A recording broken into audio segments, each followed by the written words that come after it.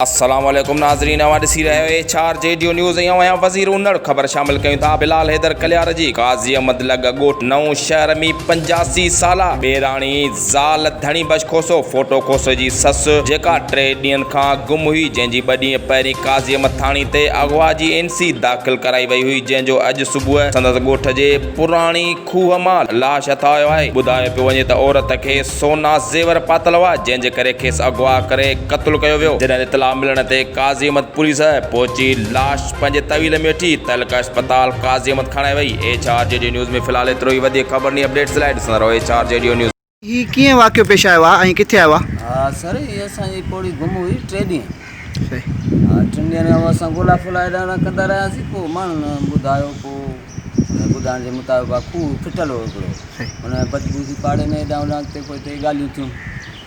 पोइ जो वियासीं त ॾिठोसीं त अंदरि लही वियासीं। पोड़ी त असांजी आहे। अच्छा, ॻोठ कहिड़ो हुयो? ॻोठ नूर मॉडल विलेज है। नूर मॉडल विलेज। जी हाँ। तालको कहिड़ो आयो? तालको सकण से। कहिड़े थाणे ते NC दाख़िल कराई? NC असां दाख़िल कराई आहे PS काज़ी अहमद से। PS काज़ी अहमद। अच्छा, को शक शुबो कंहिं ते? शक शो फ़िलहाल जांच हलंदी। अब उन खां बाद में जेको आहे सोल्यूशन छा आहे छा नथो थिए। अम्मा जी उमिरि घणी हुई? अम्मा जी उमिरि तक़रीबन 80 साल आहे। 80-85 साल। जी हाँ, 80-85 जे क़रीब आहे। अम्मा जेको औलाद पुटाणो? पुटाणो औलाद न आहे सर, हुनखे हिकिड़ी धीउ। उहा कंहिंखे ॾिनल छोकिरे खे? उहा आहे फोटे खे ॾिनल आहे। फोटे खे? हा जी, असां सभिनि जी नानी आहे, मड़ी आहे, सम्झी न।